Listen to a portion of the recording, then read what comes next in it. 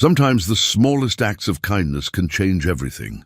In the scorching Mojave Desert, where temperatures hit 120 degrees, a desperate mother donkey leads her two foals to a broken man's cabin. Hank Dillard, a 58-year-old cowboy, has spent the last decade hiding from his past in desert isolation. Hardened by regret and haunted by the daughter he hasn't spoken to in years, he's built walls around his heart as impenetrable as the desert itself. The weathered photograph in his wallet, a faded image of him, his late wife and young Sarah at a county fair, remains his only connection to the family he left behind. But when these three thirsty, exhausted animals arrive seeking shelter, something stirs within him that he thought dead. What begins as simple compassion, offering water and shade, becomes something profound. Can caring for these vulnerable creatures help Hank find his way back to the family he left behind? Before we jump back in, tell us where you're tuning in from. And if this story touches you, make sure you're subscribed, because tomorrow I've saved something extra special for you. The hand-carved wooden cross above Hank Dillard's cabin door had weathered 10 years of desert storms, its rough edges worn smooth by sand and wind. He'd whittled it during his first lonely winter here, when the silence still felt foreign and the weight of his choices pressed down like the crushing heat of summer. Now, as he stepped onto his porch in the pre-dawn darkness, the cross caught no light, just another shadow among shadows. Hank's boots hit the weathered planks with practiced quiet. At 58, his movements carried the economy of a man who'd learned to waste nothing. Not energy, not words, not hope. The Mojave stretched endlessly before him, a landscape as unforgiving as the memories he'd come here to escape. In the distance, Joshua trees raised their arms toward stars that were already fading. And somewhere in that vast emptiness, coyotes called to each other with voices that spoke of hunger and loneliness. The cabin itself told the story of a man who'd stopped caring about comfort. What had once been a weekend retreat for weekend warriors from Los Angeles had become Hank's fortress of solitude. The roof leaked in 3 places, patched with tar and good intentions. The windows were grimy with dust that no amount of cleaning could fully remove. Inside, the furniture consisted of what he'd needed to survive. A narrow bed, a table built from salvaged wood, 2 chairs, though he never had visitors, and a wood-burning stove that provided both heat and a way to cook the simple meals that sustained him. His morning routine never varied. Coffee first, black, strong enough to wake the dead, brewed in a battered pot that had seen better decades. Then a walk around the property's perimeter, checking the solar panels that powered his radio and the single bare bulb that lit his evenings. The well pump needed attention. It always needed attention. Water was life out here, and Hank treated it with the reverence others reserved for religion. He'd lost his faith the night Margaret died. The doctors had done everything modern medicine could offer, but cancer doesn't negotiate. Margaret had faced it with the same quiet strength she'd brought to their 23 years of marriage, never complaining about the treatments that made her sick or the hospital bills that ate through their savings, like acid through metal. Toward the end, when she could barely speak above a whisper, she'd made him promise to take care of Sarah, to not let grief drive him away from their daughter. He'd broken that promise within 6 months. Sarah had tried. Lord knows she'd tried. She'd called every day at first, then every week, then just on holidays and birthdays. She'd driven out to the ranch they'd owned in Barstow, the one he'd sold to pay Margaret's medical bills, trying to convince him to move closer to civilization, closer to her. But Hank had already made his choice. He'd failed as a husband, unable to save the woman he loved, and he'd be damned if he'd failed Sarah too, by burdening her with his broken pieces. The ranch had sold for less than it was worth, but enough to buy this isolated cabin and a few acres of nothing. Sarah had begged him not to go. She'd stood in the driveway, tears streaming down her face, telling him that she needed him, that they could help each other heal. But Hank had seen the future stretching ahead, years of him dragging her down with his grief, his inability to be the father she deserved. Better to make a clean break. Better to let her build a life without his shadow falling across it. That had been 10 years ago. Sarah would be 34 now, probably married, maybe with children he'd never meet. The thought should have brought pain, but Hank had learned to wall off such feelings. Pain was a luxury he couldn't afford out here, where survival demanded focus and sentiment could kill you. The desert had taught him harsh lessons. In summer, temperatures regularly climbed above 115 degrees, sometimes pushing toward 125. A man could die of dehydration in hours if he wasn't careful. In winter, the nights dropped below freezing, and the same sun that baked the earth mercilessly would disappear behind clouds, leaving the landscape gray and lifeless. Flash floods could turn dry washes into raging torrents with no warning. Rattlesnakes, scorpions, and javelinas all demanded respect, but Hank had adapted. He'd learned to read the sky for weather changes, to track the movement of water and game, to fix anything that broke with whatever materials he could scavenge or afford. His hands, once soft from office work managing the ranch's books, had grown calloused and scarred. His face, protected by a battered hat and long sleeves, had still aged years in the desert sun. He looked older than his 58 years, but he felt oddly timeless, as if the desert had scoured away everything unnecessary, leaving only the essential parts of himself. The essential parts weren't much to speak of. His days followed patterns as rigid as the changing seasons. Morning coffee and perimeter check. Maintenance work, always something needed fixing. Afternoon rest during the worst heat. Evening repairs or reading by lamplight. He owned maybe 20 books, read each one dozens of times. He had a radio that picked up stations from Las Vegas and Phoenix, but he rarely turned it on. The news was always the same. People hurting each other, politicians lying, the world spinning toward some inevitable disaster. None of it mattered out here. He'd thought about getting a dog once.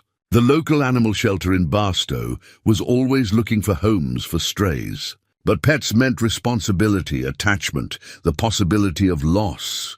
Hank had lost enough for one lifetime.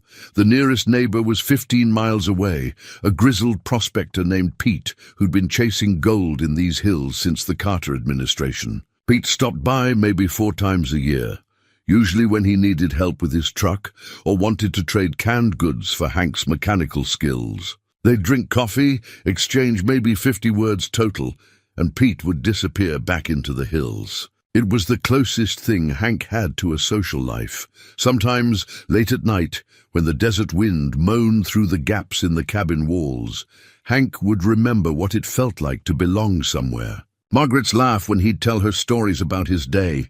Sarah's excited chatter about school friends and book reports, and the latest boy she'd developed a crush on. Family dinners where conversation flowed as easily as water, where silence was comfortable rather than oppressive. But those memories were dangerous. They reminded him of what he'd given up, what he'd lost through his own choices as much as through tragedy.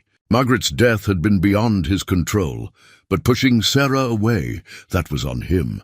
He'd convinced himself it was noble, this self-imposed exile. In reality, it was cowardice dressed up as sacrifice.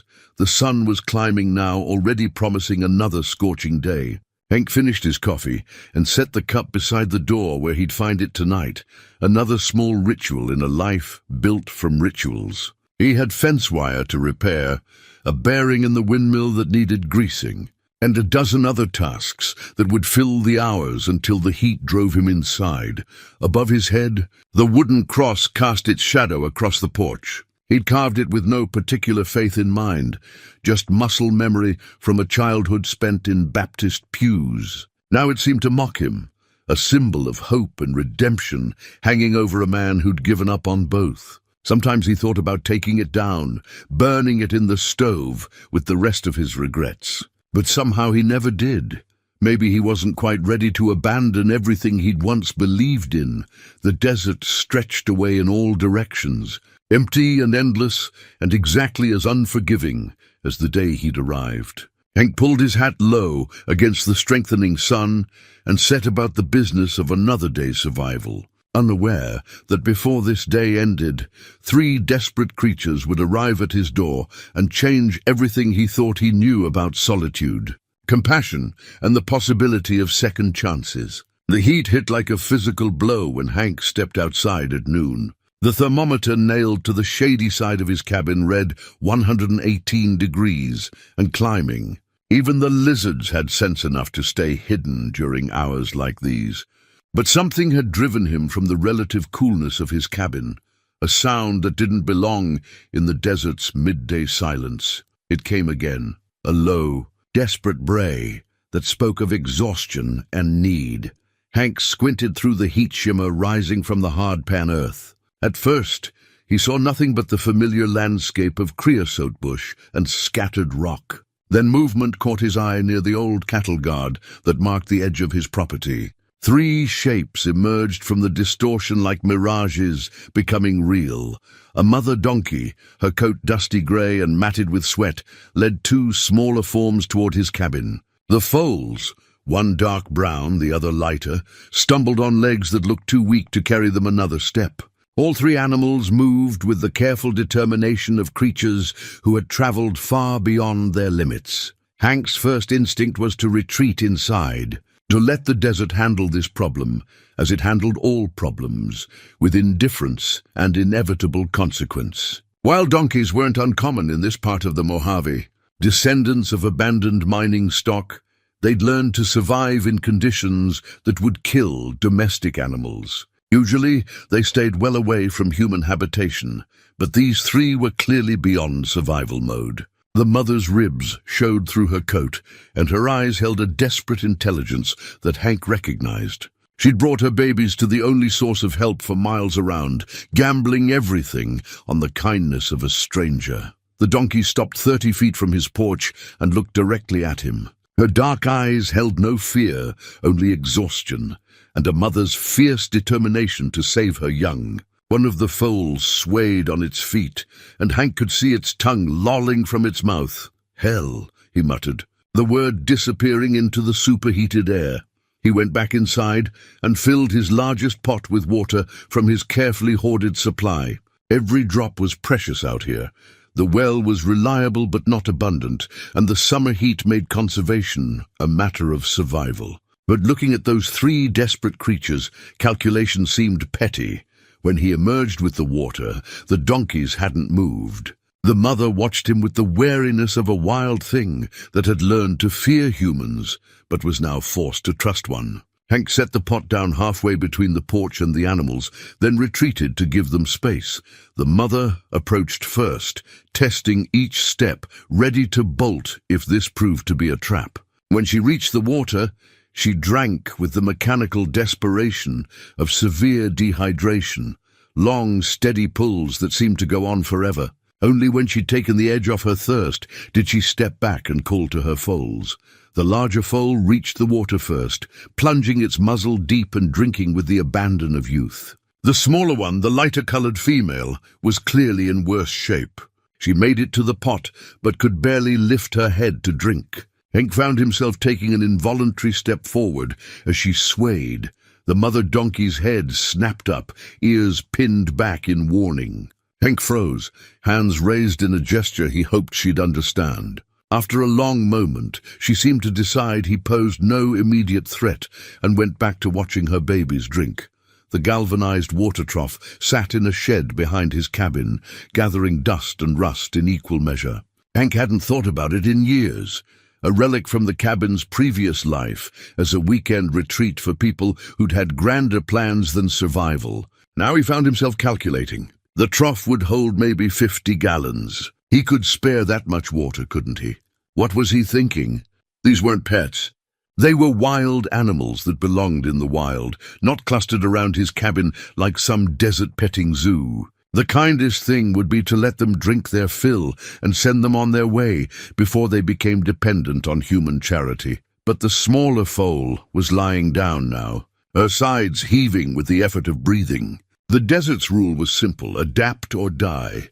These 3 had pushed past the limits of adaptation and were well into the dying phase. Against every instinct that had kept him alive and alone for 10 years, Hank made a decision that felt both inevitable and terrifying.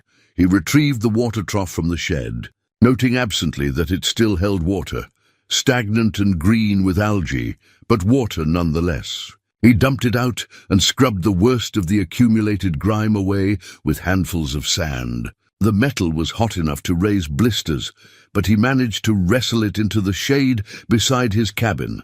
Filling it took multiple trips with every container he owned. His water pressure was never strong enough for a hose, so it was buckets and pots, and the spare radiator fluid jugs he'd been saving for some undefined emergency.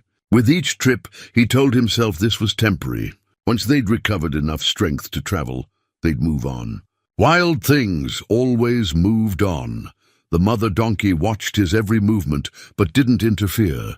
She'd positioned herself between her foals and this strange human, ready to fight if necessary, but willing to accept help if it was genuinely offered. When Hank finally stepped back from the filled trough, she approached cautiously and lowered her head to test the water. Apparently satisfied, she drank deeply, then nudged the larger foal toward the trough. He needed no encouragement, plunging his whole head into the water with obvious relief. But the smaller foal remained where she lay, her breathing still labored. This time, Hank's movement toward her brought no warning from the mother.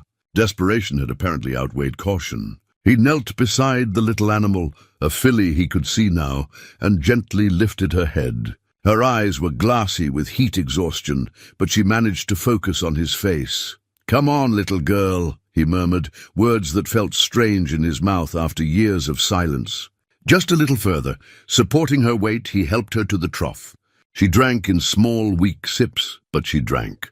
When she'd had enough, he helped her back to the shade of the cabin, where she immediately lay down again. The mother donkey approached him then, moving with deliberate slowness. When she was close enough to touch, she lowered her head and gently bumped his shoulder, a gesture that seemed to convey both gratitude and a promise that she'd remember this kindness. Standing in the shade beside 3 exhausted donkeys, Hank felt something shift inside his chest. It was subtle, like the first crack in ice at the beginning of spring, but undeniable. For the first time in 10 years, something other than his own survival mattered. He told himself it was temporary. A few days, maybe a week, until they regained their strength. Then they'd disappear back into the desert, and his life would return to its familiar patterns of solitude and routine. But as the afternoon heat pressed down like a physical weight, and the little filly's breathing gradually became less labored, Hank found himself thinking about supplies. If he could find any. Salt blocks. Maybe some feed grain to help them put weight back on. The mother donkey had chosen to trust him with the most precious things in her world. The least he could do was prove worthy of that trust, even if it was only temporary, even if it meant acknowledging that his carefully constructed walls had just developed their first significant crack. The veterinary first aid kit emerged from a forgotten corner of Hank's storage shed, like a ghost from his past life. Dust motes danced in the afternoon light as he pulled the metal box from behind a stack of broken irrigation pipe. He'd bought it years ago for the ranch, back when he'd owned cattle and horses and had reasons to care about animal welfare beyond mere survival. The lock had rusted solid, but a few strategic taps with a hammer convinced it to open. Inside, most of the contents remained intact, bandages gone yellow with age, bottles of antiseptic that had probably lost their potency, a thermometer, and various tools whose purposes came flooding back to him as he examined them. Margaret had teased him about buying such an expensive kit, saying he was more worried about the animals than he was about himself. She'd been right, of course. She usually was. The little filly, he'd started thinking of her as Honey because of her light coat, was the reason he'd retrieved the kit. While her mother and brother had bounced back from their ordeal with the resilience of creatures bred for desert hardship, Honey remained listless. She drank water and ate the sparse grass around his cabin, but something was wrong. A careful examination revealed what he'd suspected. A deep cut on her rear leg, partially hidden by matted hair and dried blood. "Easy, girl," Hank murmured as he approached her. The mother donkey, he decided to call her Grace for her dignified bearing, watched his every movement but didn't interfere. Over the past 3 days, she'd apparently decided he could be trusted with her children's welfare. Honey flinched when he touched the wound, but didn't try to bolt. The cut was clean, probably from barbed wire or sharp rock, but it was infected. Without treatment, it would only get worse in the desert heat. Cleaning and dressing the wound required patience Hank hadn't exercised in years. He worked slowly, talking in low tones to keep the young animal calm. The familiarity of the task surprised him. His hands remembered skills he'd thought long forgotten. Soon he was lost in the rhythm of care, the simple satisfaction of mending something broken. "There you go," he said as he secured the last piece of tape. "That should help." Grace approached as soon as he stepped away, sniffing her daughter thoroughly before giving Hank what he could only interpret as an approving look. The moment struck him as profoundly maternal. A mother checking on her child after a doctor's visit. The memory hit him without warning. Sarah at 7, crying over a scraped knee from a bicycle accident. He'd cleaned the wound just as carefully, applying cartoon bandages she'd insisted were necessary for proper healing. Margaret had stood in the kitchen doorway, smiling at his gentle attention to their daughter's minor injury. "Daddy fixes everything," Sarah had announced, with the absolute faith only children possessed. Hank pushed the memory away and focused on practical matters. The donkeys needed better shelter than the meager shade his cabin provided. The lean-to he'd started building that morning was rough work. Salvaged lumber and corrugated metal held together with determination and prayer, but it would provide protection from sun and rain. As he worked, he found himself studying the family dynamics of his unexpected guests. Grace was clearly the leader, making decisions about where to graze, when to rest, and how close to let him approach. But she was also endlessly patient with her offspring, allowing the young male, who he'd started calling Buck for his stubborn streak, to explore and play while keeping watchful eyes on Honey's slower recovery. The protective instincts reminded him painfully of Margaret. She'd been the same way with Sarah, firm when necessary, but always ready with comfort when their daughter needed it. Hank had been the disciplinarian, the one who established rules and consequences. Margaret had been the safe harbor where Sarah could bring her fears and hurts. After Margaret's death, Sarah had tried to bring those fears and hurts to him. But Hank had been drowning in his own grief, unable to be the father she needed. Instead of comfort, he'd offered awkward silence. Instead of stability, he'd eventually offered absence. "Should have done better," he said aloud, his voice carrying across the empty desert. Grace's ears swiveled toward him, and for a moment he felt as though she understood. The afternoon routine was developing naturally. Water check first. The donkeys drank enormous quantities in the heat. Then food, which meant leading them to the best patches of drought-resistant grass within walking distance of the cabin. Hank found himself talking to them during these expeditions, filling the silence with observations about the weather, the landscape, anything that came to mind. "See that ridge there?" he asked Buck, as they paused in whatever shade they could find. "That's where the old Comstock mine used to be. Played out in the 50s. But folks still go up there looking for what's left." Buck regarded him with dark, intelligent eyes, as though genuinely interested in local history. The talking surprised Hank most of all. He'd gone days at a time without speaking during his decade of isolation, communicating with Pete and the occasional supply run into town through grunts and nods. But the donkeys seemed to invite conversation, perhaps because they listened without judgment or expectation.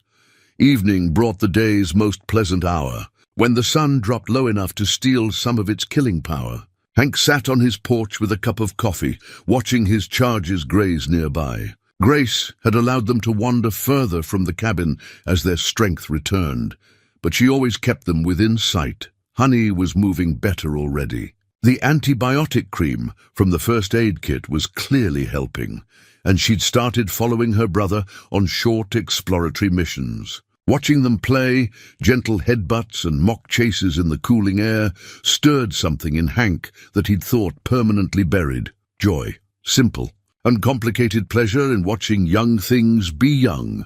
Sarah had played like that, he remembered. Endless games with invisible friends, elaborate stories that turned the ranch into kingdoms, or alien worlds, or whatever her imagination conjured. He'd been too busy with adult concerns to appreciate the gift of her wonder.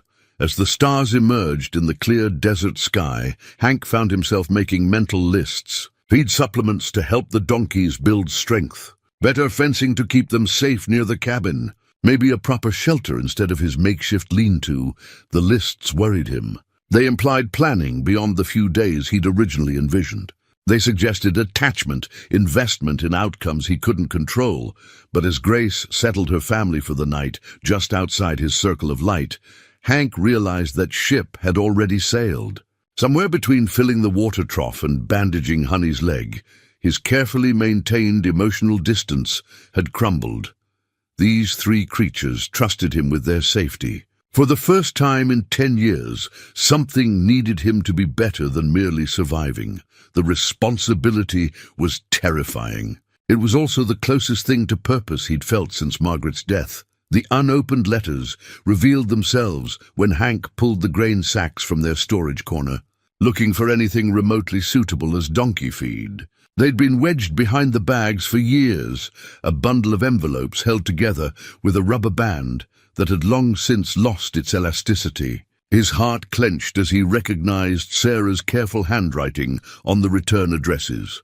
23 letters. He counted them with trembling fingers, noting the dates that spanned nearly a decade. The earliest was postmarked just 6 months after he'd left Barstow. The most recent was from 3 years ago. After that, apparently, she'd given up trying to reach the father who'd chosen desert exile over facing his failures. Hank set the bundle on his kitchen table and stared at it while his coffee grew cold. Each envelope was a conversation they'd never had, a chance for connection he'd deliberately ignored. The weight of unopened words seemed to fill his small cabin, making the air thick and hard to breathe. Through the window, he could see Grace and her foals in their morning routine. Buck was testing his independence, wandering to the edge of their claimed territory before circling back to his mother's watchful presence. Honey had started following him on these expeditions, her healing leg growing stronger each day. The sight of them should have brought pleasure, but all Hank could think about was Sarah at 8, 9, 10, the ages when she'd started pushing boundaries while still needing the security of knowing he was there. Only he hadn't been there, had he? Not really. Not when it mattered. "What's got you spooked this morning?" he asked Grace as she approached the water trough. The big donkey had developed the habit of checking on him during her morning rounds, perhaps sensing the moods that flickered across his weathered face. The talking had become natural over the past week. Grace proved to be an excellent listener, offering thoughtful ear movements and the occasional gentle bump when his voice carried too much pain. Buck was more interested in immediate concerns, food, water, play, but even he would pause in his explorations when Hank's tone grew serious. "Found some old letters," Hank continued, refilling Grace's water. "From my daughter. Haven't read them. Probably should," but he trailed off, lacking words for the fear that paralyzed him whenever he considered opening those envelopes. Grace drank deeply, then lifted her head to study his face with dark, understanding eyes. Without anthropomorphizing too much, Hank could have sworn she was encouraging him to continue. "She was about their age when I left," he said, nodding toward the Foals. "Well, not literally. She was 24, but still figuring things out, you know? Still needed her old man around to make sure she didn't stumble into anything too dangerous." The parallel wasn't lost on him. Grace would never abandon Buck and Honey, no matter how difficult caring for them became. She'd fight coyotes, brave the desert heat, risk her own life before leaving them to face the world alone. What did that make him? What kind of parent walked away when things got hard? The morning routine continued despite his churning thoughts. Fresh water, a check on Honey's healing wound, and a walk to find the best grazing within reasonable distance of the cabin. The donkeys had settled into his life with surprising ease, adapting their wild patterns to accommodate human schedules and the security of reliable water. But supplies were becoming an issue. His small store of canned goods wouldn't last forever, and the donkeys needed more nutrition than desert grass could provide. A trip to town was inevitable, his first in over 3 months. The prospect filled him with familiar dread. "Might have to leave you folks alone for a day," he told Buck, as the young donkey investigated a particularly interesting rock formation. "Need to get proper feed, maybe some salt blocks? Things to keep you healthy." Buck's response was to attempt eating the rock, which struck Hank as a reasonable commentary on the situation. The afternoon brought unexpected drama when Honey got her head stuck in the railings of the makeshift pen Hank had built to contain feed buckets. Her panicked struggles drew Grace and Buck at a run, creating a chaotic scene of braying donkeys and flying hooves. Hank managed to free her without injury to anyone involved, but the incident left him shaky with adrenaline, and something uncomfortably close to parental anxiety scared me there. "Little girl," he admitted, as Honey nuzzled his shoulder in apparent apology. "Reminded me of the time Sarah got her head stuck in the porch railings. She was maybe 4, curious about everything. Margaret had to work soap around her ears while I held her still. Kid cried more about missing her afternoon cartoon than about being stuck." The memory brought others flooding back. Sarah's first day of school, when she'd been too brave to cry, but had gripped his hand so tightly her knuckles went white. Her 10th birthday party, when she'd insisted on inviting the entire class, and had spent the day making sure no one felt left out. The way she'd cried when their old dog Rex had to be put down, and how she'd insisted on a proper burial with flowers and everything. She'd been such a caring child, always bringing home strays, cats, wounded birds, once a baby rabbit she'd found by the roadside. Margaret had joked that Sarah would grow up to be a veterinarian or a saint, possibly both.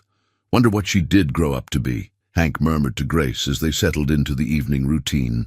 The big donkey was grazing nearby, close enough to hear, but far enough to give him space to wrestle with his thoughts. The letters sat on his table like a challenge. 23 unopened chances to learn about the woman his daughter had become. 23 conversations he'd been too afraid, or too proud, or too broken to have. As the sun set and the desert began its nightly transition to cooler temperatures, Hank found himself drawn back to the cabin. The letters seemed to glow in the lamplight, Sarah's careful handwriting a bridge across years of silence. He picked up the earliest one, turning it over in his hands. The envelope was thin, maybe 2 pages, probably an attempt to keep things light after months of his refusal to communicate. What had she written? Probably updates about her life, maybe gentle attempts to understand why he'd left, or maybe accusations, maybe rightful anger at a father who'd chosen running away over staying to help his daughter process her own grief. "Only one way to find out," he said to the empty room, but his hands remained frozen, holding the letter like it might explode and take what remained of his carefully constructed peace with it. The child's music box played 3 notes of Fur-Elise before the mechanism seized with a grinding protest. Hank had found it at the bottom of a storage box he'd been searching through for rope to reinforce the donkey shelter. The tiny pink ballerina, frozen mid-spin in her faded tutu, brought back a rush of memory so vivid it left him breathless. Sarah's 6th birthday. Margaret had saved for months to buy the music box, hiding it in their bedroom closet and swearing Hank to secrecy. Sarah had opened it with the careful reverence children reserved for truly special gifts, her eyes wide as the ballerina spun to the tinkling melody. She'd insisted on winding it every night before bed, falling asleep to the gentle tune. "Found it at an estate sale," Margaret had whispered to him that night as they watched Sarah dance along with the tiny ballerina. The woman said it belonged to her grandmother, thought it needed a little girl to love it again. Now the music box sat silent in Hank's weathered hands, its mechanism broken by years of neglect. Like everything else he'd touched, it seemed. He'd packed it when he sold the ranch, unable to throw away something that had brought Sarah such joy, but equally unable to face the memories it carried. Through the cabin's single window, he could see Buck and Honey engaged in one of their elaborate games. They'd invented a version of tag that involved circling the water trough at increasingly reckless speeds, taking turns being chaser and chased. The joy was infectious. Even Grace seemed to smile as she watched from her shady spot beside the cabin.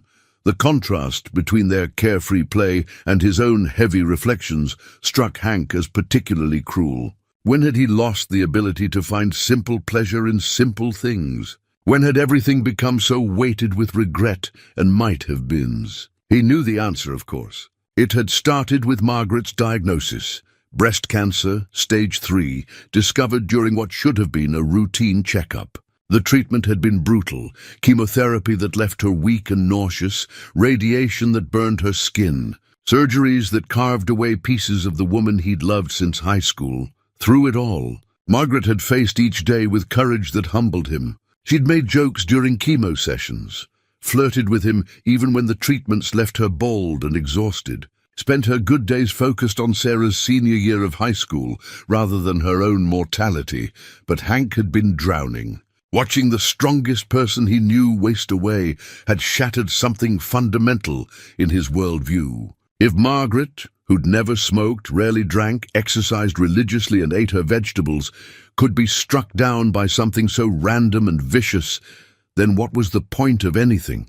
What was the point of hope, of planning, of believing in happy endings? He'd tried to hide his despair from Sarah, but 18-year-olds were perceptive creatures. She'd seen through his forced optimism to the panic underneath. Instead of being able to comfort her during the worst period of her young life, he'd become another source of worry. "Dad, are you okay?" She'd asked one evening as they sat in the hospital waiting room during one of Margaret's longer procedures. "I'm fine." "Sweetheart," he'd lied, staring at his hands to avoid seeing the concern in her eyes. "Just tired," but he hadn't been fine. He'd been falling apart in slow motion, and Sarah had been forced to be strong for both of them. The music box caught the afternoon light streaming through the window. Its pink surface faded, but still retaining hints of the vibrant color it had once been.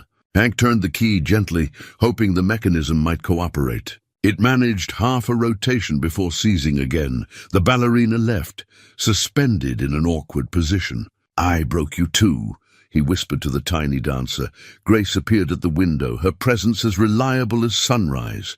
She'd taken to checking on him throughout the day, particularly when his mood grew dark. How she could sense his emotional state through a glass window remained a mystery, but her timing was uncanny.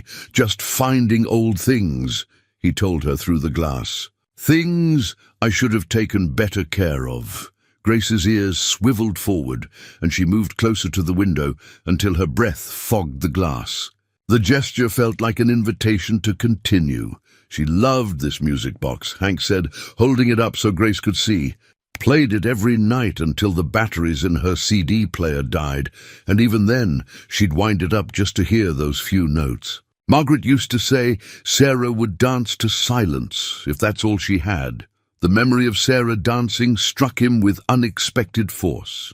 She'd been naturally graceful, inheriting Margaret's elegance along with her stubborn streak. They'd enrolled her in ballet classes when she was 7, and she'd thrown herself into it with typical determination. Every recital, every practice session, every small triumph had been documented and celebrated. When had he stopped celebrating her triumphs? When had he become so focused on his own failures that he'd missed her successes? The answer was uncomfortable but clear. It had started during Margaret's illness and accelerated after her death. Instead of drawing closer to the one person who understood his loss, he'd retreated into himself. Sarah had needed a father who could help her process grief, plan for college, navigate the transition to adulthood. Instead, she'd gotten a broken man who could barely function. "I was supposed to protect her," he said to Grace, his voice barely above a whisper. "Supposed to be the one she could count on. Instead, I became one more thing she had to worry about." Buck and Honey had tired of their game and were now investigating something near the storage shed. Probably the lizard that lived under the woodpile. Their easy companionship reminded Hank of the relationship he and Sarah had once shared. Before responsibility and tragedy had turned him into a stranger in his own family, Grace's protective instincts were absolute. She'd position herself between any perceived threat and her foals without hesitation. She'd go without water to make sure they had enough. She'd face down predators, weather, human interference, anything that might harm them, but she'd never simply abandon them. No matter how difficult things became, no matter how much easier it might be to walk away, Grace would stay. Because that's what mothers did. That's what parents did. That's what Hank should have done.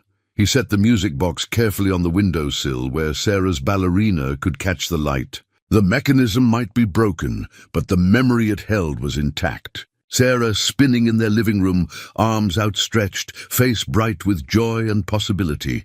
She'd deserved better than a father who'd let his own pain eclipse her needs. She'd deserved better than abandonment disguised as nobility. She still deserved better. The realization settled over him like desert heat, inescapable and transformative. 10 years of self-imposed exile hadn't healed anything. It had only calcified his wounds, turning temporary grief into permanent isolation. Maybe it was time to stop running from the life he'd thrown away and start figuring out how to build something new from what remained. The worn leather. Halter had belonged to Thunder, Hank's old quarter horse, dead now for 15 years. Finding it in the tack-room corner brought back memories of patient training sessions in the round pen, teaching a spirited colt to accept guidance without losing his essential wildness. Now, as Hank worked the supple leather in his hands, he wondered if the same principles might apply to a stubborn donkey named Grace. The process required more patience than he'd exercised in years. Unlike Thunder, who'd been bred for partnership with humans, Grace carried the wariness of truly wild stock. Every interaction was a negotiation, every gesture subject to her careful evaluation. Hank found himself moving more slowly, speaking more softly, respecting boundaries he'd forgotten existed. "Easy there, girl," he murmured as Grace approached the halter with obvious suspicion. "Just trying to make things easier for both of us." The breakthrough came on the third day of consistent effort. Grace allowed him to slip the halter over her head, standing still while he adjusted the fit and secured the buckles. Her acceptance felt like a profound gift, trust offered by a creature who had every reason to fear human intentions. Leading her to fresh grazing areas became a daily ritual. Grace walked beside him with dignified cooperation, occasionally testing the boundaries, but never truly fighting his guidance. Buck and Honey followed, their natural herd instincts keeping them close to their mother's steady presence. "You know," Hank found himself saying during one of these walks, "I used to train horses for a living. Before I got into the cattle business. Started when I was maybe 14, working for old Tom Brennan down in Victorville." Grace's ears flicked back toward his voice. And Hank took this as encouragement to continue. "Tom taught me that patience was everything. Said you could break a horse fast, but if you wanted a real partner, you had to earn their respect. Take as long as it takes." Hank paused, remembering his younger self's impatience with such philosophies. Wish I'd remembered that lesson when it mattered most. The irony wasn't lost on him. He could spend hours working with a donkey, reading her moods, adjusting his approach to accommodate her fears and instincts. But with Sarah, his own daughter, flesh of his flesh, he'd been clumsy, impatient, ultimately absent when she'd needed him most. The veterinarian's visit disrupted their routine. 3 weeks into their cohabitation, Dr. Elena Vasquez arrived in a battered pickup truck that had seen as many desert miles as Hank's own vehicle, her manner both professional and refreshingly direct. "Heard you got some wild donkeys," she said, examining Grace with the quick competence of someone who'd dealt with stubborn livestock all her life. "Not many people around here would take them in." "They needed help," Hank replied, watching anxiously as she checked Honey's healing wound. "This one's doing well. Clean healing, no infection. You did good work." Dr. Vasquez moved to examine Buck, who submitted to her attention with typical adolescent dignity. "How long you planning to keep them?" The question caught Hank off guard. He'd been thinking in terms of days, maybe weeks, temporary sanctuary until they regained their strength.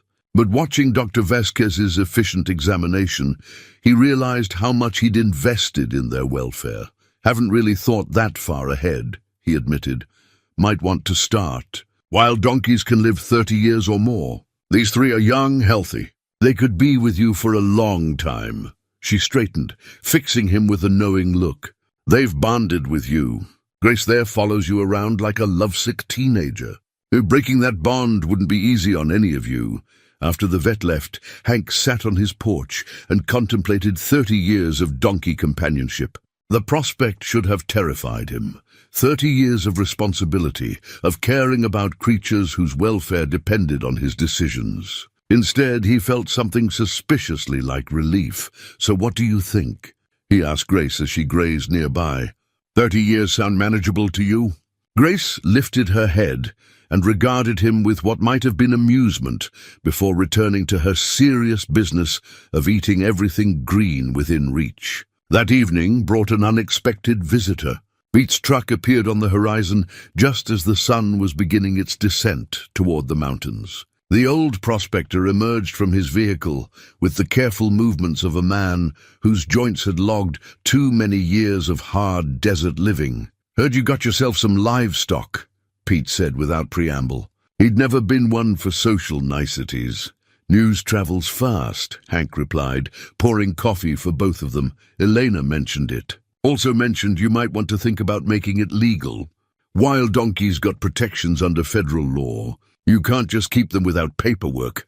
The bureaucratic complexities hadn't occurred to Hank. In his mind, he'd simply provided shelter to creatures in need. The idea that forms and permits might be involved seemed absurd. "There's a woman in Barstow who handles that kind of thing," Pete continued. "Sarah Williams, I think her name is. Works with the Bureau of Land Management on wild horse and burro adoptions." The name hit Hank like a physical blow. "Sarah?" "Yeah, young woman, maybe 30-something. Real good with the legal side of animal rescue." Pete squinted at Hank's suddenly pale face. "You know her?" "She's my daughter." The silence stretched between them like a desert highway.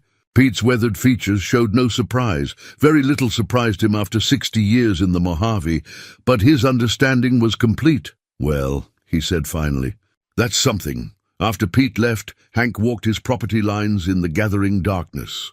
Grace and her foals followed at a respectful distance, their presence both comforting and accusatory. He'd been working to earn a wild donkey's trust, while his own daughter had been building a career, helping people exactly like him. The pattern was clear once he stopped avoiding it.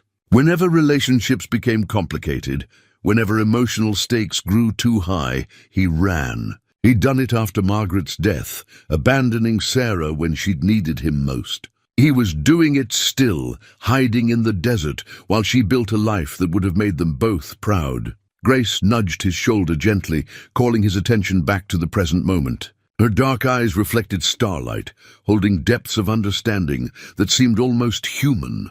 "Think she'd want to see me?" he asked the donkey.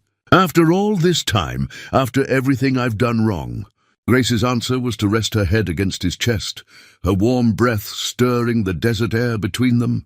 The gesture spoke of forgiveness, of second chances, of the possibility that some bonds, once formed, could survive even the worst mistakes.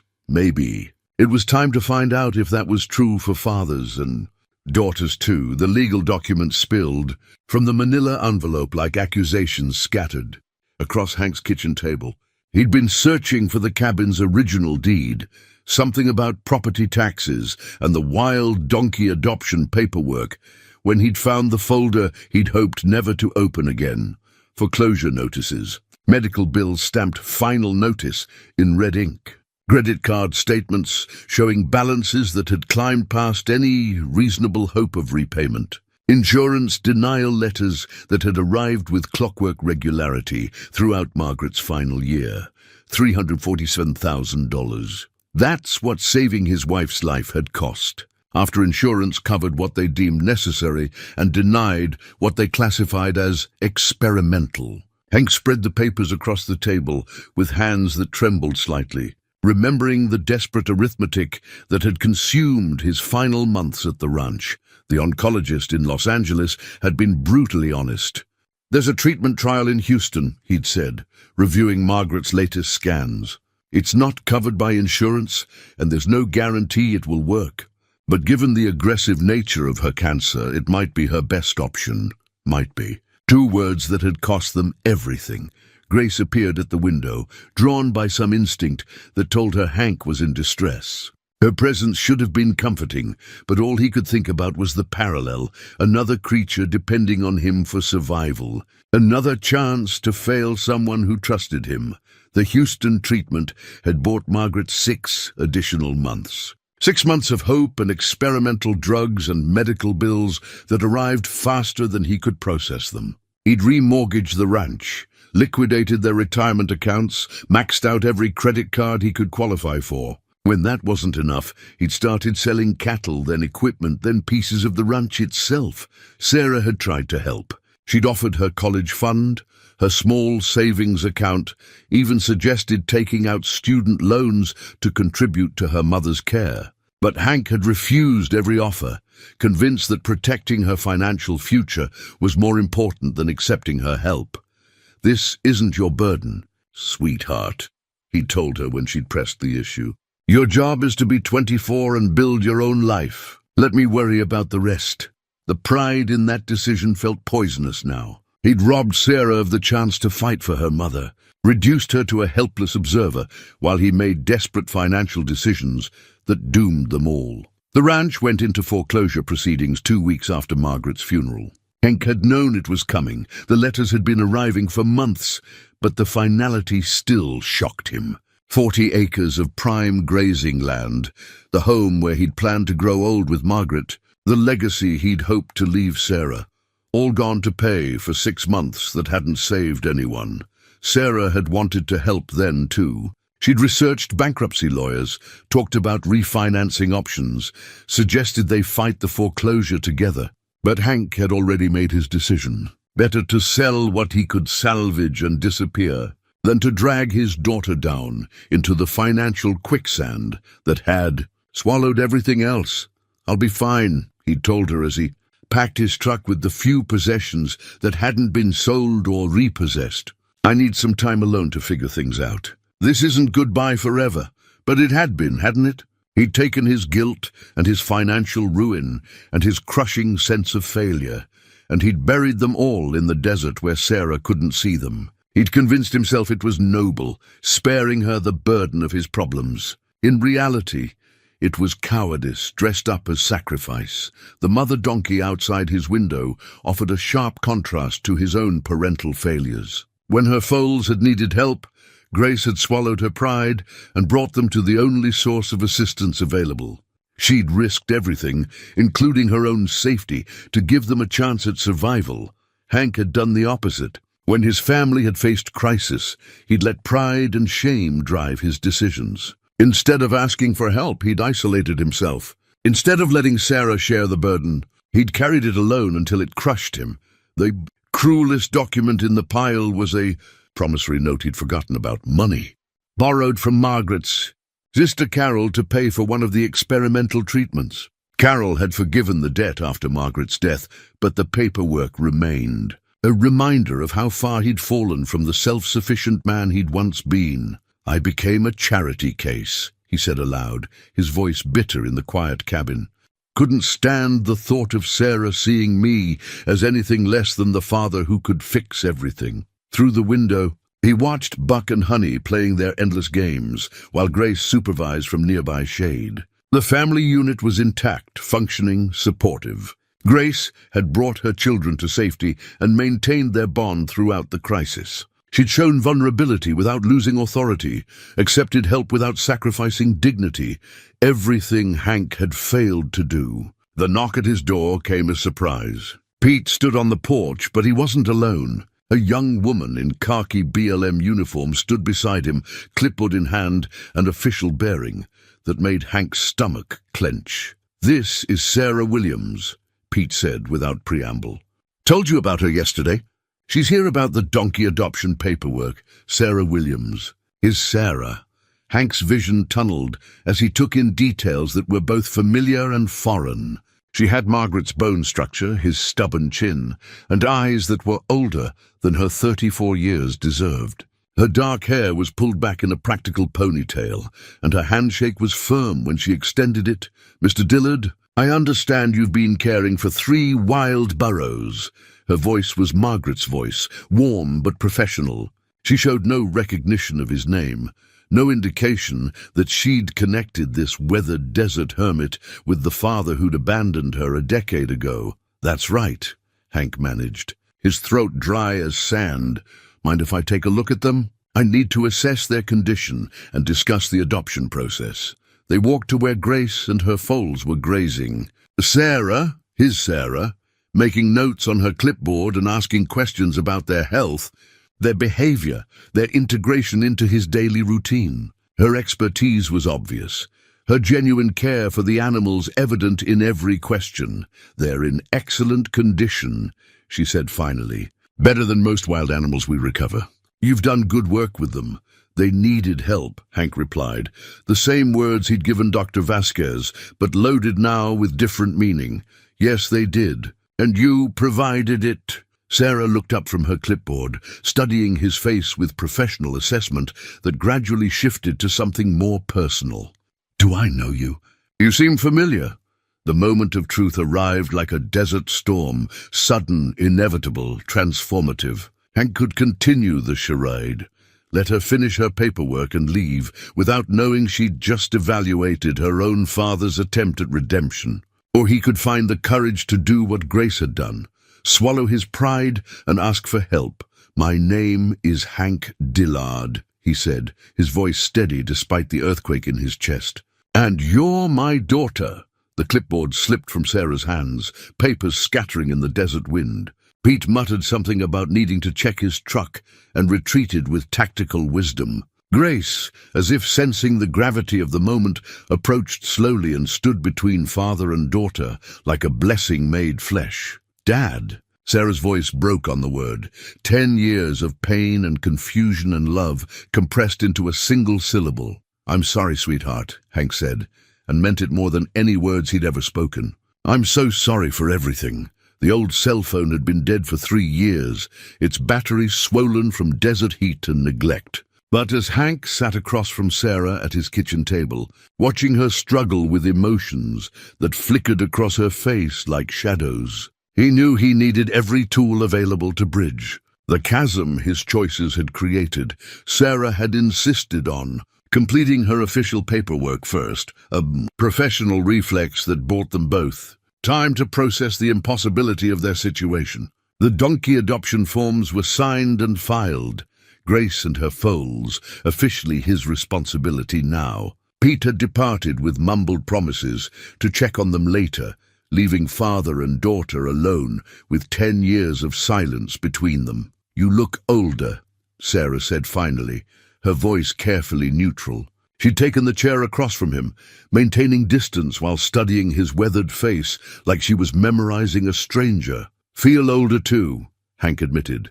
Desert living ages a man pretty fast. Is that what you call it? Desert living? The anger that had been simmering beneath her professional composure finally surfaced. Because I called it abandonment. I called it cowardice.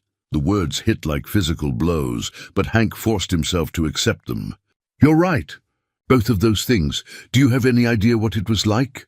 Sarah's voice cracked slightly. Mom dies, and 2 months later my father just disappears. No explanation, no forwarding address. Just gone. Hank pulled the cell phone from a kitchen drawer, its screen cracked but functional once he'd found the charger. I kept meaning to call. Every day for the first year, I'd think about it. But what could I say? How do you explain to your daughter that you failed at everything that mattered? You could have started with I'm sorry, Sarah shot back. You could have started with I need help. The simple truth of it made Hank's chest tight. I was supposed to be the one helping you. Not the other way around. Says who? Sarah leaned forward, her professional composure completely gone now. Who made that rule?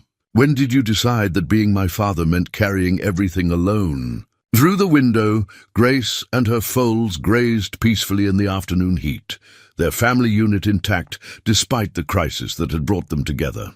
Hank found himself envying their simplicity, protection offered and accepted without the complex pride that had destroyed his own family. The bills, he said finally.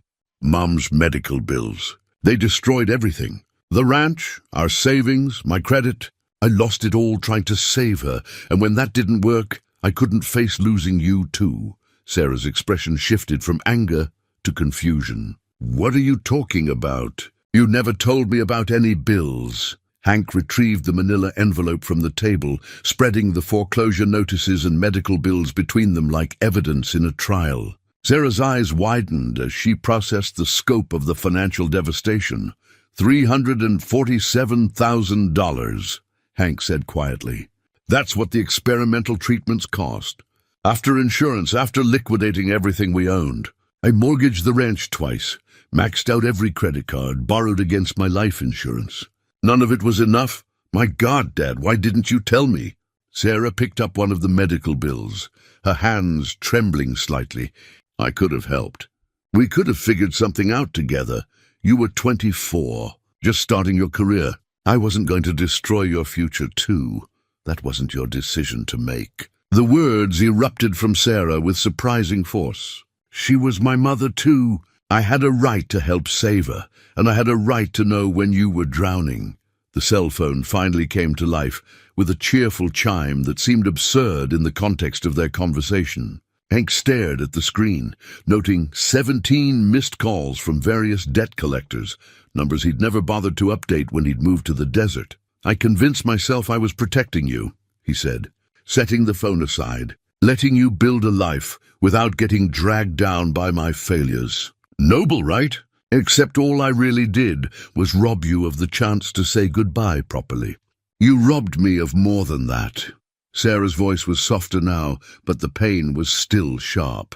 "You robbed me of my father when I needed him most. You robbed me of the chance to grieve with someone who loved her as much as I did." The accusation hung in the desert air like heat shimmer. Outside, Buck was attempting to convince Honey to join him in investigating something near the property line, while Grace maintained her watchful supervision. Their easy companionship mocked the broken relationship sitting at Hank's kitchen table. "I remarried," Sarah said suddenly. 5 years ago.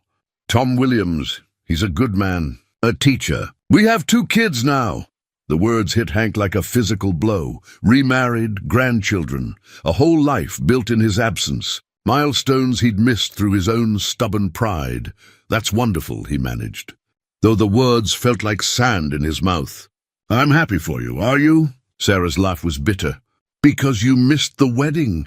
You missed Emily's birth and Jake's first steps and every Christmas and birthday and school play. You missed everything that mattered."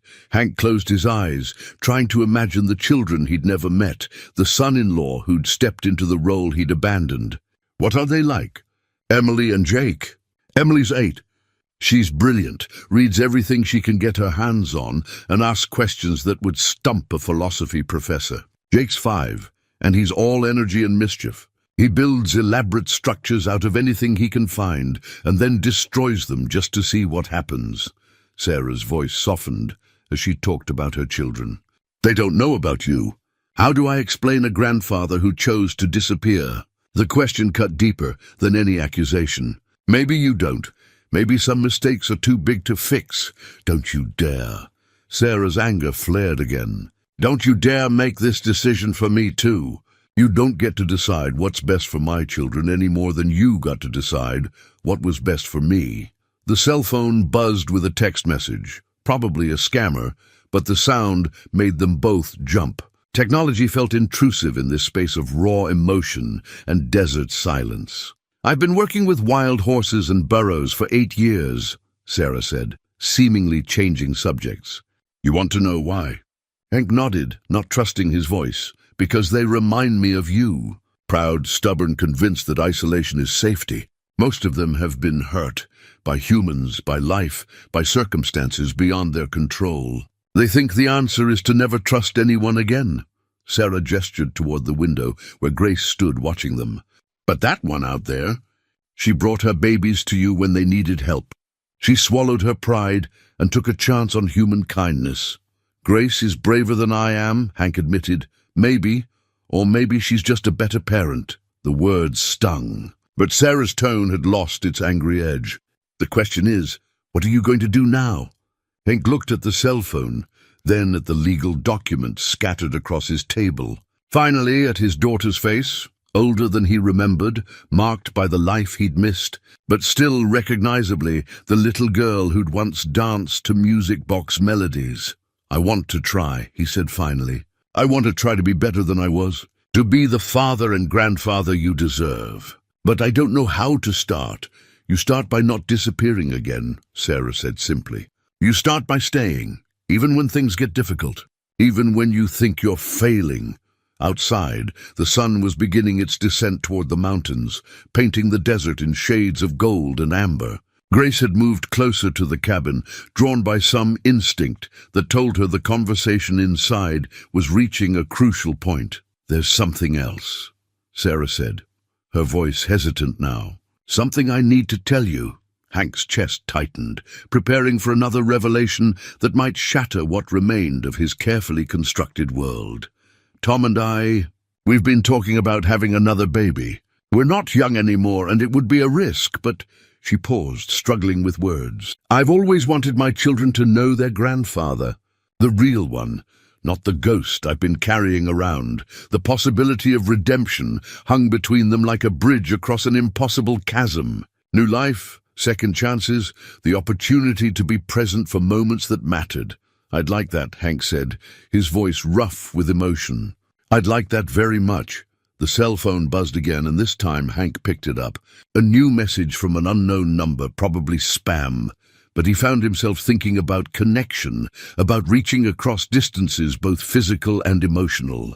10 years of silence was about to end. The question now was whether either of them was brave enough to build something new from the ruins of what they'd lost.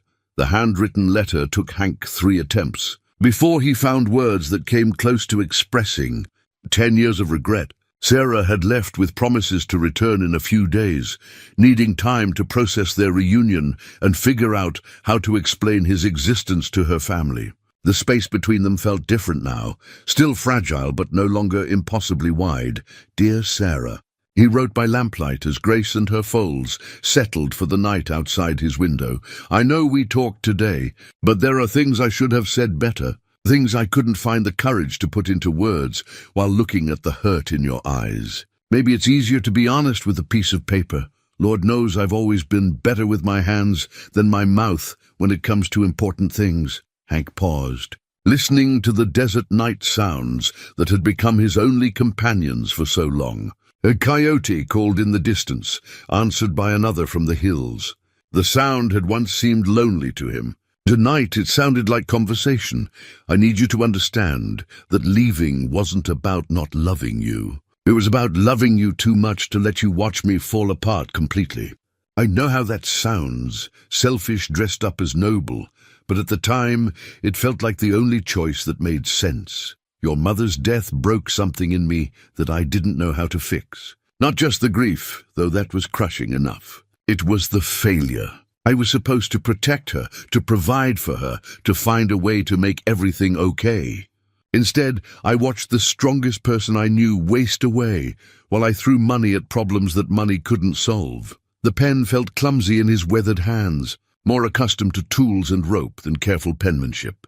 But the words came easier than he'd expected, as if they'd been waiting years for release when the bills started coming, really coming.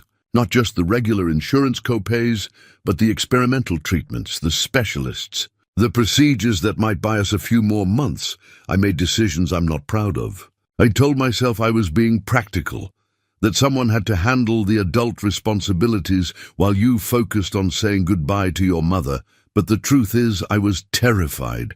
Terrified of losing her. Terrified of being poor. Terrified of becoming the kind of man who couldn't take care of his family. So I took care of everything myself. Made all the financial decisions myself. Carried all the burden myself. And when it still wasn't enough, when she died anyway, and the creditors came calling, I couldn't face admitting that I'd failed at the one thing that mattered most. Through the window, he could see Grace's silhouette in the moonlight. She'd positioned herself between the cabin and her sleeping foals, alert even in rest. A mother's protective instincts never truly stopped, even when the immediate danger had passed. You said today that I robbed you of the chance to help save her, and you're absolutely right. I robbed you of the chance to be a full partner in fighting for her life. I reduced you to a spectator in your own family's crisis, because I couldn't admit that I needed help. But the worst part, the part that's eaten at me every day for 10 years, is that I robbed you of the chance to help save me too. After Mom died, when the ranch went into foreclosure, and I was drowning in debt and guilt, you offered to help. You wanted to fight the foreclosure together, find solutions together, grieve together.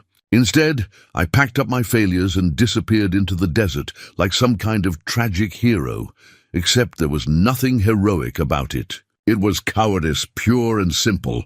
I was afraid you'd see me as I really was, a broken man who'd gambled everything on saving his wife and lost. I thought if I disappeared, you could remember me as the father who used to fix everything, instead of learning that some things can't be fixed. Hank set down the pen and rubbed his eyes, exhausted by the emotional excavation.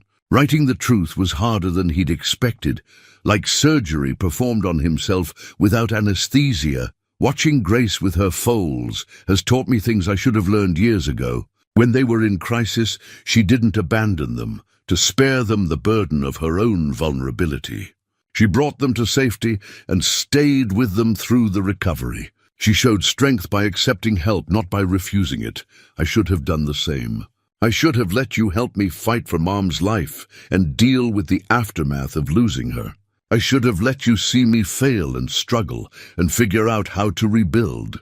Instead, I decided that protecting you from my problems was more important than letting you be part of the solution. The letter was growing longer than he'd intended, but the words kept coming. Years of things he should have said, explanations he should have offered, apologies he should have made. You told me about Emily and Jake today, and about the baby you and Tom are considering. I can't undo the grandfather I failed to be for your first 2 children, but if you'll let me, I'd like to try to be better for the next one. I'd like to be present for the birth, to hold my grandchild while they're still small enough to fit in these old hands. I know I don't have the right to ask for anything after 10 years of silence. I know trust has to be earned, not given. But I'm asking anyway, because that's what Grace taught me, sometimes. Swallowing your pride and asking for help is the bravest thing you can do. I want to meet Emily and Jake. I want to know what makes them laugh and what scares them and what they dream about when they're sleeping. I want to be the kind of grandfather who shows up for school plays and birthday parties and all the small moments that matter. I want to learn how to be family again.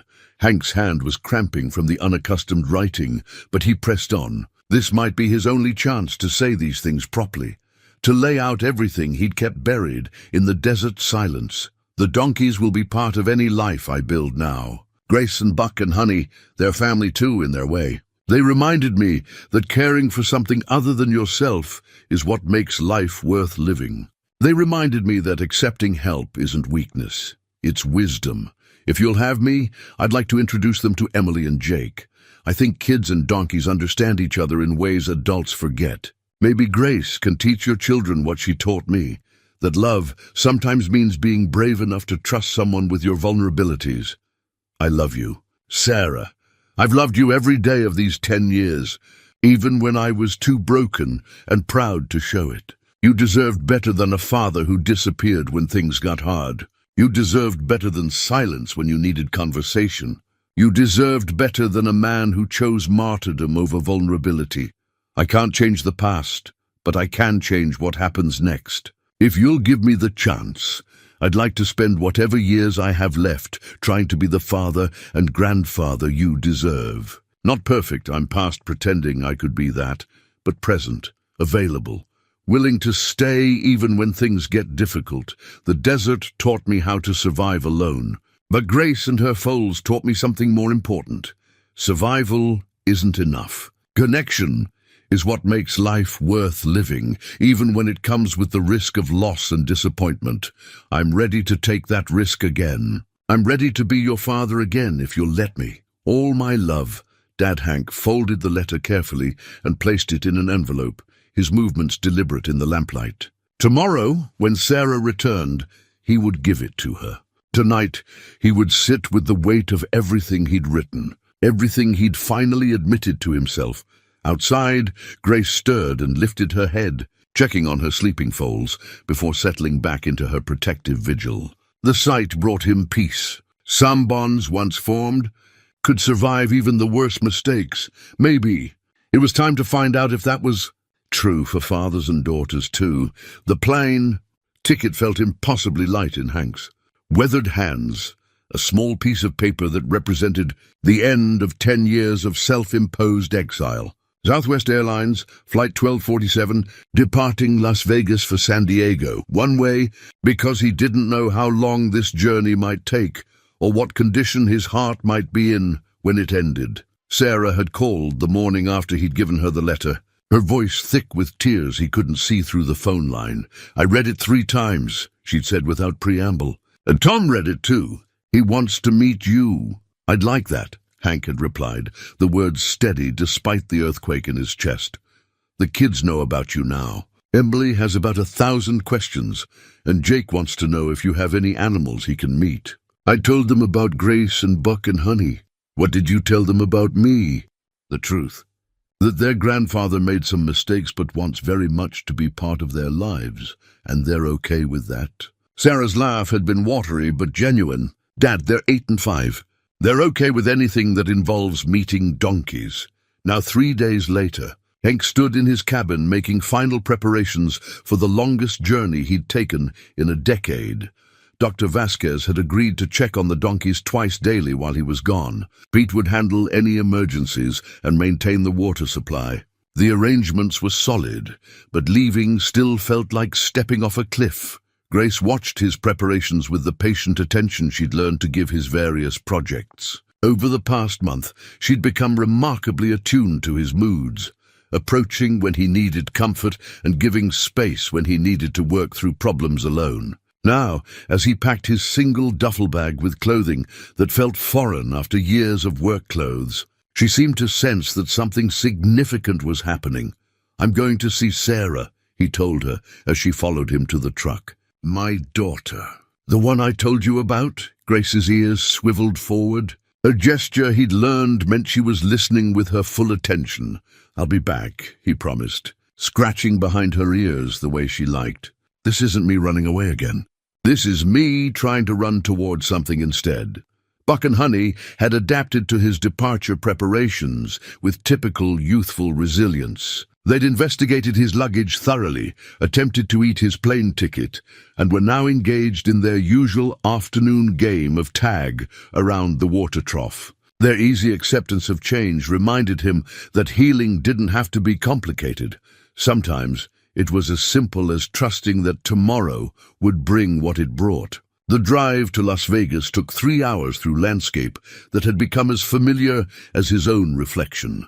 Desert valleys that had seemed impossibly empty when he'd first arrived now felt like home. Each mile marker counted down his remaining time in the safety of isolation. But instead of panic, Hank felt something approaching peace at the airport. Surrounded by the chaos of travelers and announcements and humanity in all its messy complexity, he almost turned back. The desert had been quiet, predictable, safe. This world of connecting flights and rental cars and hotel reservations felt overwhelming after so much solitude. But then his phone buzzed with a text from Sarah. "Emily made you a welcome sign. It has glitter." Lots of glitter.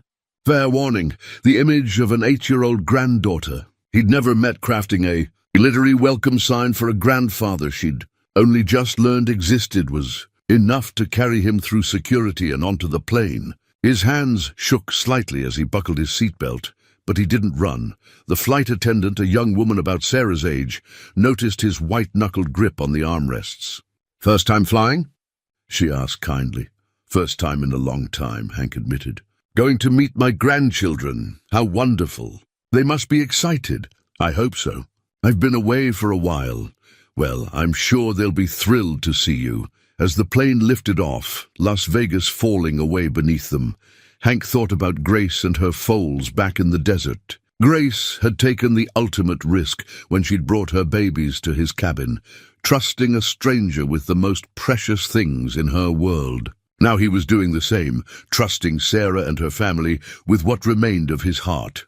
The parallelism wasn't lost on him. Grace had shown vulnerability to save her children. He was showing vulnerability to save himself, to reclaim the family connections he'd thrown away in his grief and pride. Somewhere over the Mojave, flying above the desert that had sheltered him for a decade, Hank finally understood what Grace had tried to teach him from the beginning. Courage wasn't the absence of fear. It was moving forward despite the fear, taking action even when the outcome was uncertain.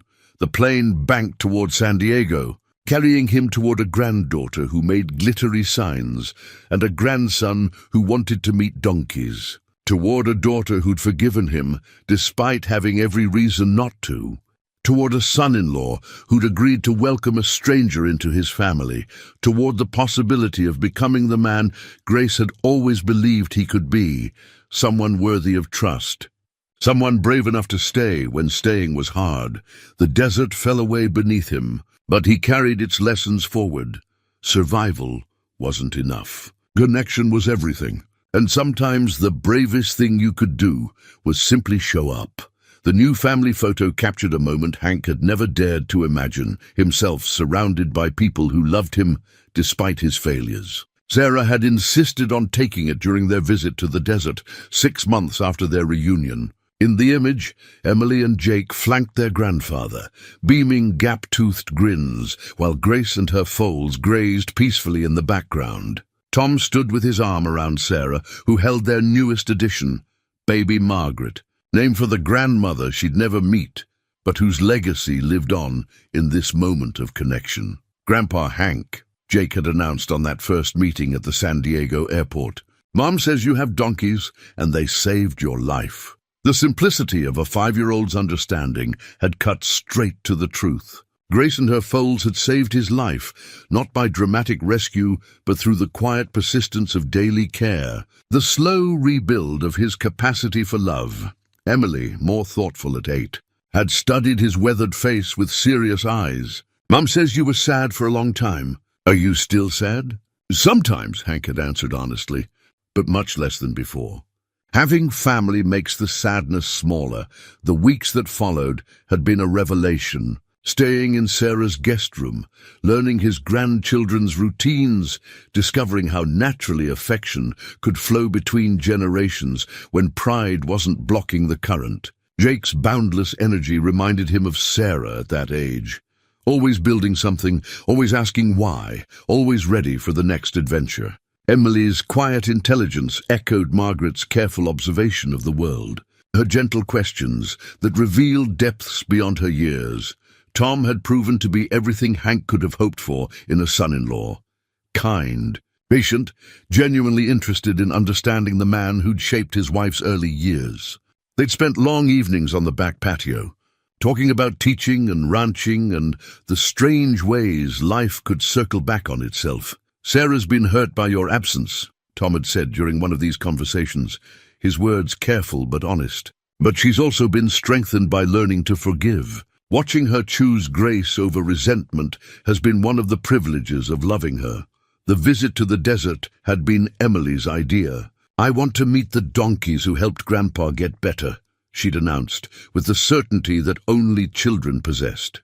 So they'd packed into 2 vehicles, Sarah's sensible SUV and Tom's pickup truck, and made the pilgrimage to the place where Hank's healing had begun. Grace had approached the children with her characteristic caution, but something about their open curiosity had won her trust quickly. Within hours, Emily was reading aloud from her chapter book, while sitting in the shade of the donkey shelter, Buck and Honey drowsing nearby like oversized cats. Jake had appointed himself Grace's official grooming assistant, carefully brushing her coat while maintaining a steady stream of chatter about kindergarten and superheroes and whether donkeys had dreams. They're not what I expected, Sarah had said, watching her children integrate seamlessly into the desert family. They're so gentle, so present. They saved me by needing me, Hank replied. Gave me a reason to get up every morning that wasn't about survival, about caring for something other than my own pain. The photo session had been Tom's suggestion.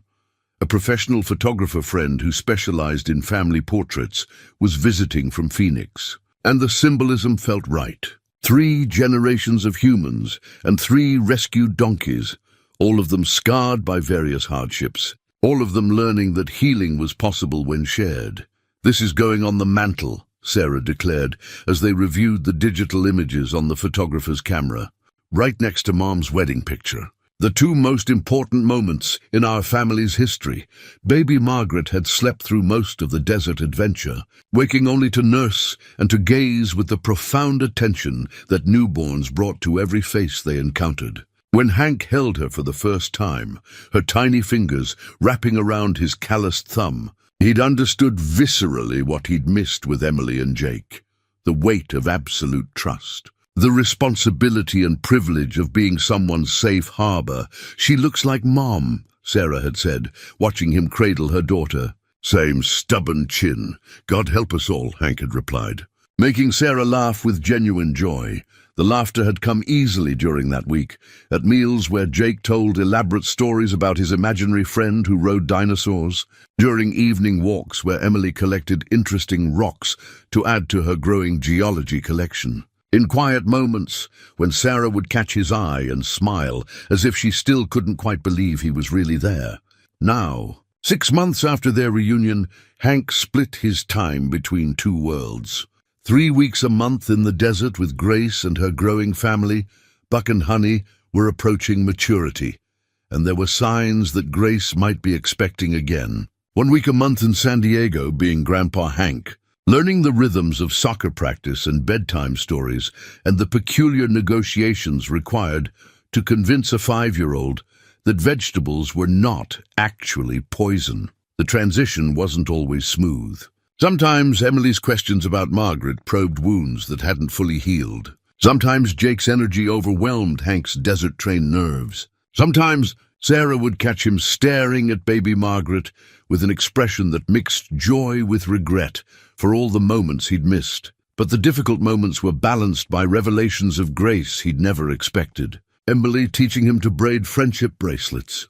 Jake insisting that Grandpa Hank was the only one who could properly tuck him in at night. Sarah calling just to share funny things the kids had said, treating him like a real part of their daily lives. The desert had taught him survival. His family was teaching him how to live. Sometimes the smallest acts of kindness really could change everything. A mother donkey trusting a broken man with her children's safety. A daughter choosing forgiveness over resentment. Grandchildren accepting a stranger as family because love, they'd learned, was something you did rather than something you felt. As the sun set over the Mojave, painting the sky in shades of redemption, Hank sat on his porch, watching Grace graze with her foals. Tomorrow, Sarah would call with updates about Emily's science fair project and Jake's latest adventures in kindergarten diplomacy. Next week, he'd drive to San Diego for Margaret's first birthday party. The isolation that had once felt like safety now felt like emptiness waiting to be filled. Connection carried risks, the possibility of loss, disappointment, failure. But it also carried the only thing that made life worth living, the chance to matter to someone other than yourself. Grace lifted her head and looked toward the cabin, her dark eyes reflecting starlight and something that looked remarkably like contentment. Some bonds, once formed, could survive even the worst mistakes. Hank had finally learned what Grace had been trying to teach him from the beginning. Family wasn't something you earned through perfection. It was something you built through presence, maintained through forgiveness, and strengthened through the daily choice to stay. Even when staying was hard, the desert stretched away in all directions, no longer empty but full of possibility.